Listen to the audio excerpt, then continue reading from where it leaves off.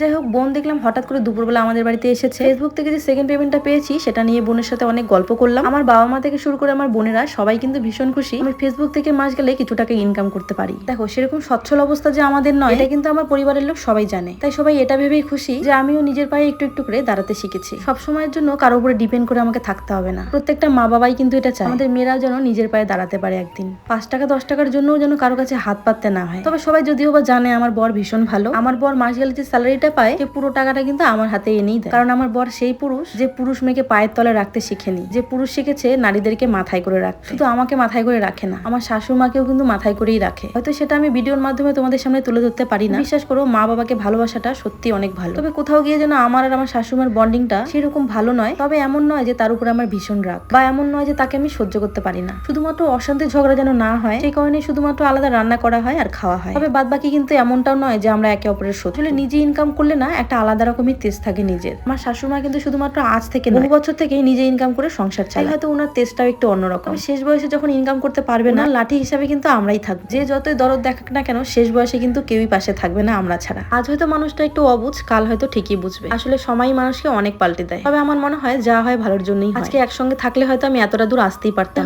বোন যেহেতু দুপুরবেলা এসেছিল, বোনের সাথে গল্প করতে বসে যে এত বেশি দেরি হয়ে গেছিল, সামনে যা পেয়েছি সবজি সেটাই নিয়ে এসে রান্না করেছি। অনেকদিন হয়ে গেছে কচু শাকও খাওয়া হয় না। সেই দুপুরবেলার মাছ মাংস কিছু আনতে যাইনি, সামনে সবজি দোকানে গিয়ে দেখলাম কচু শাক নিয়ে এসেছে। দুপুরবেলা কচু শাকই নিয়ে চলে এসেছি। তাছাড়া আমরা সবাই কিন্তু কচু শাক খেতে ভীষণ ভালোবাসি। তো বোনকে কিন্তু দুপুরে কচু শাক দিয়ে ভাত খাইয়েছিলাম। আমরা যেহেতু বিকেলবেলা দোকান চলে যাব, তাই বোনও বাড়ি চলে যাচ্ছে। বড় তো চলে এসেছে, বরকে টাটা দিয়ে বোনও চলে যাচ্ছে বাড়িতে। এদিকে আমার ছেলে বসেছে খেলতে ওর বন্ধুদের সাথে। ওর বন্ধুরা বলছে আমার সমস্ত ভিডিও নাকি ওরা দেখে। সত্যি কিন্তু ছোট থেকে বড় সবাই কিন্তু আজকাল আমার ভিডিও দেখে। যাই হোক, বোন কিন্তু চলে গেল বাড়িতে। আমিও কিন্তু এখন রেডি হব দোকানে যাওয়ার জন্য। তো চলো, আজকের মতো ভিডিওটা এখানেই শেষ করছি। দেখা হবে আবার নেক্সট একটা ব্লগে।